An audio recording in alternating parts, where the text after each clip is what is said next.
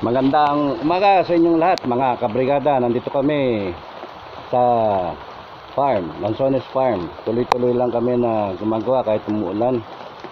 Wala talaga umuulan kapote na lang kami, malakas ang ulan. So ulan tigil, ganun So wala mangyayari pagka kami magpapataba lang sa kubo. Kaya ang desisyon kapote na tapos na magtrabaho. Okay, so ayun sa kabilang dako nandun si Roldan. Nakita ko na lang. Ayun sa kabilang dako si Roldan. Siya na ang bahala dun sa matataas. Kasi yung hagdanan na yun nalaglagaw ko siya mas magaang. So talagang ranger na ranger. Mas madali Roldan, di ba? Kapit ka agad. So inaano namin yung proseso, nire-refine para mas marami ang magawa, at mas matunin ba. Kasi ang target namin may kita 2,000 kung kaya, kung hindi 1,000. So aim high para you hit the point, hit the bullseye. So ayun, ginagawa niya. Masyadong basa yung lupa, ulanan kasi. Okay, matutuyo rin yan. So may sistema. Hopefully ako nang bahala sa mga mabababa. Pero yung mga ganyan kinukuha namin, sigurado yan magbunga na yan next year. Kasi umabot naman yung bunga dyan So again, explain ko, nilimit lang namin yung height ng puno. Ipat tayo ito sa puno ko. Nilimit namin yung height. The other day yung unang-una ito yung ginawa Ito yung sinampulan natin, ito yung nasampulan. Tapos tinuloy ko na. So ito yung ating panukat, 3, 4,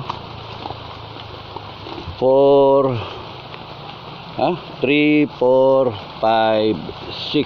So 6 feet. Yan yung 6 feet. Then 7, 8, 9, 10. Kung titignan nyo ngayon, mahigit 10 feet yung ating lungkong. Kami natapakan. Ayan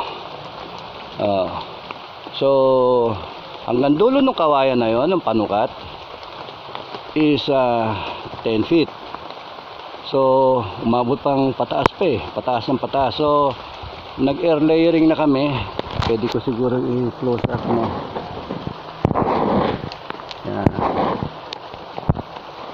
Ayan, yung dulo ng kawayan.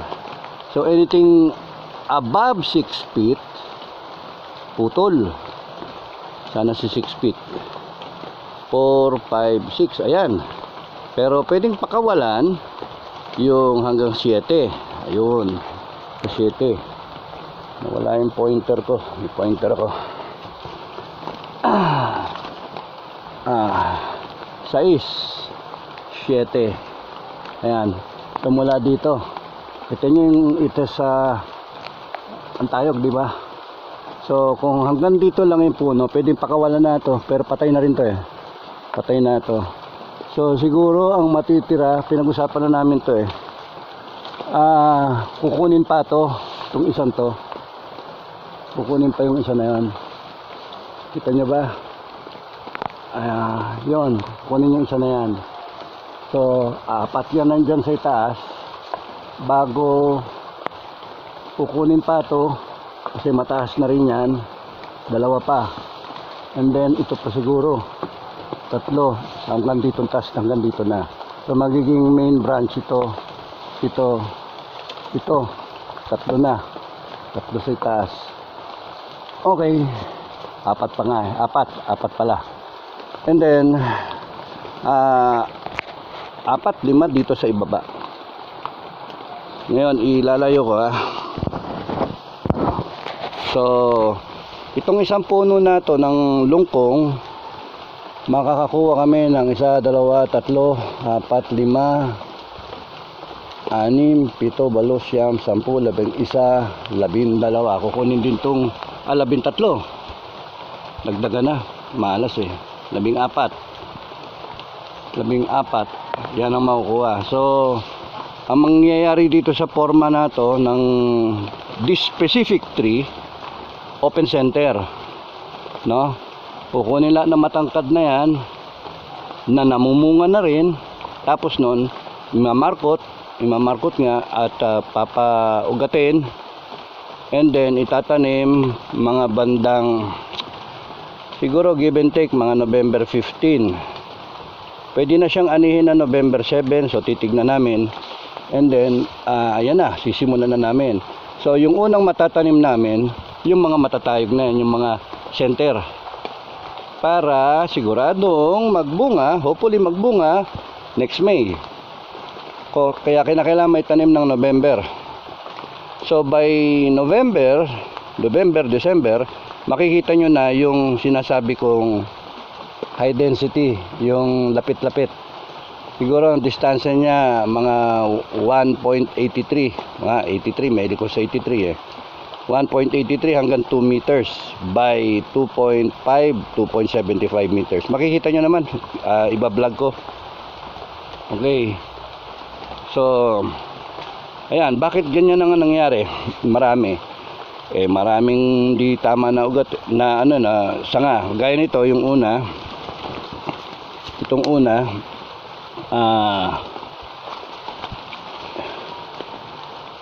pataas eh.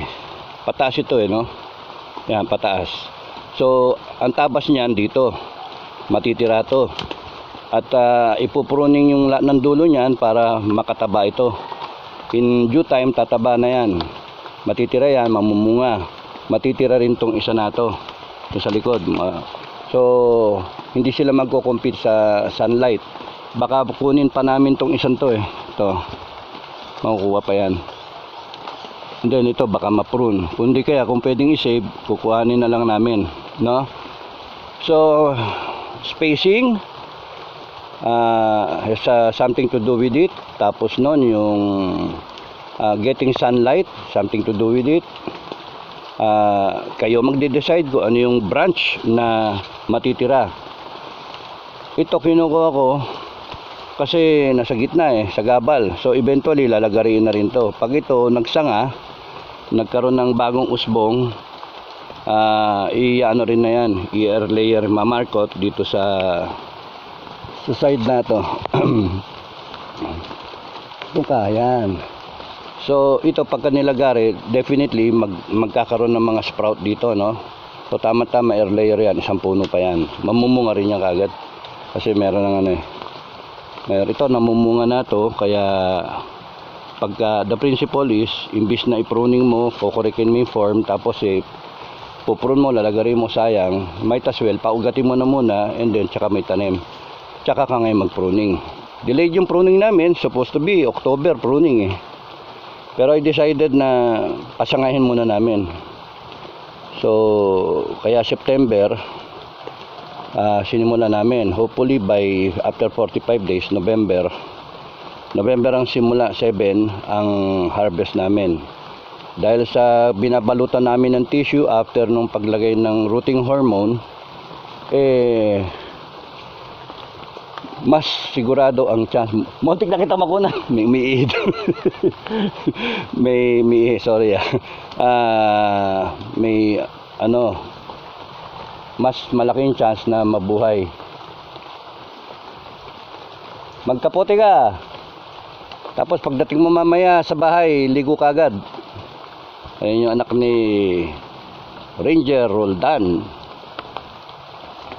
Tumutulong sa amin. May additional na na kahit pa paano, ang tagalagay ng lupa sa plastic bag. Kaya mas maraming stock.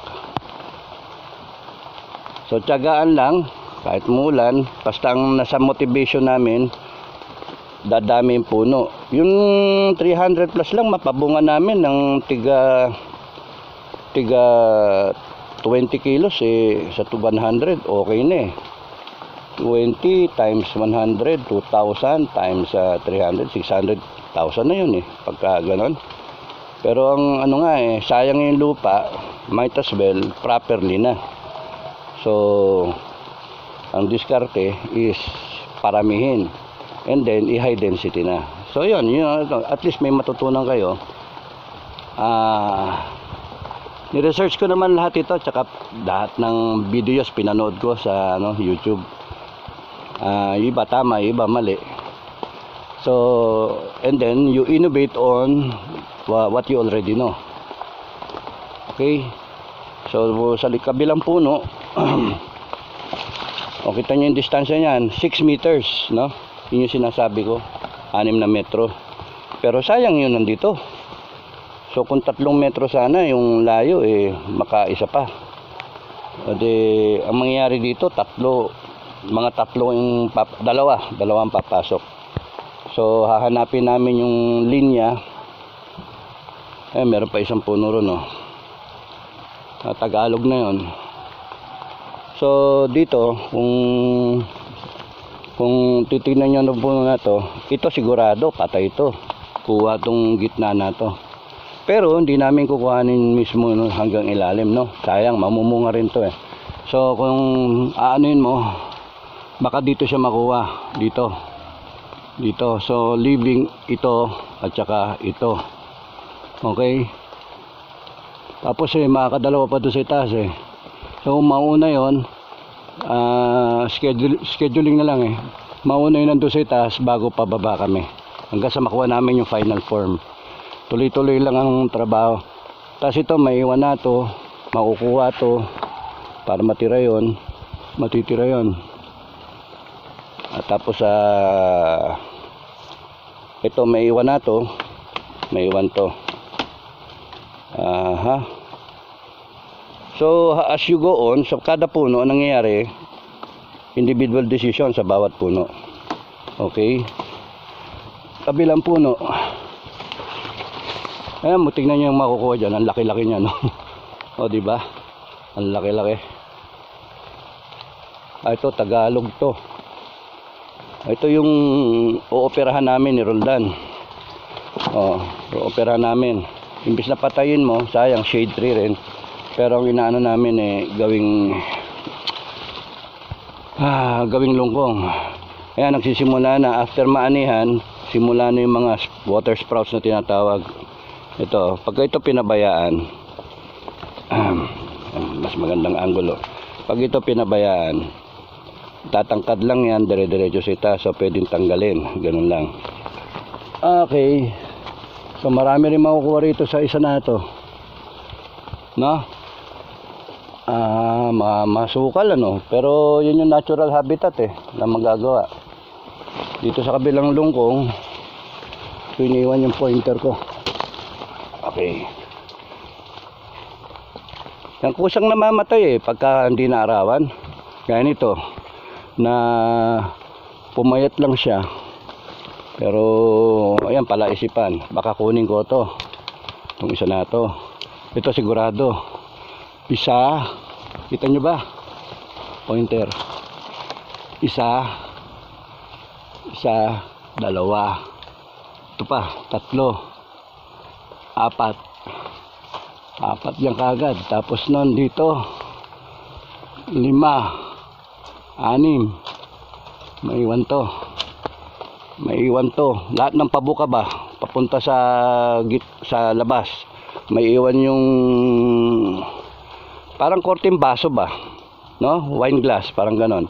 Makukuha tong main na to, kasi tangkad lang yan ng tangkad. Kung pinutol mo, kinontrol mo yung laki, okay na okay. Hanggang sa ito, kagaya ito. Pagka yan hindi na prune, lalaki lang yan, kukuha lang ng energy ng puno. Saan siya? Itong sanga na ito. Pruning na lang yan pagka ay nako, sige, pakita na nga. Kaya meron akong baon. Hirap nang walang cameraman hawak sa kabila. Nakamay. Nasaan na? Okay. So ito yung collar na sinasabi. Collar, no? Maumbok yun. Tapos sasagarin mo lang ganyan. Cut. Ito ba? Yung isa. Cut. And then, cut. Wala na.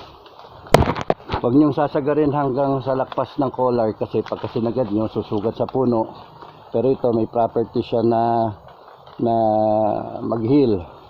Kung kulang, pwede nyo panlinisin. Yan. Okay. So, maraming trabaho. Hindi maubos-ubos. Daming puno eh. Gandang problema na, daming puno. Ouch. Natapakan akong kahoy. Oh, yeah. Kaya ito bubuka lahat ng ng liwanag. No? Ito, marami rin to. Oh. Ay, maraming matatanggal dito. Sipin mo. Ito, isa. Panay sprouts lang dati yan. Nahayaan. Ang dami makukuha dito. Sa 2, 3, tatem, ito, 4, 5, 6. May iwan na yun, palabas eh. Ito, makuha itong isang ito, malaki. Kaya ang dami. Kaya sure ka, marami makukuha. So, isang puno, makasampu ka, on average, sa 300 na lang, na malalaki, 3,000. And then by next year's pruning, lahat yun, makakakuha ka ulit, kahit tig-isa lang, that's another 3,000. Okay, so malaking time management lang, tree management, tapos determination, meron ding mamunga, kunyari 1,000 puno.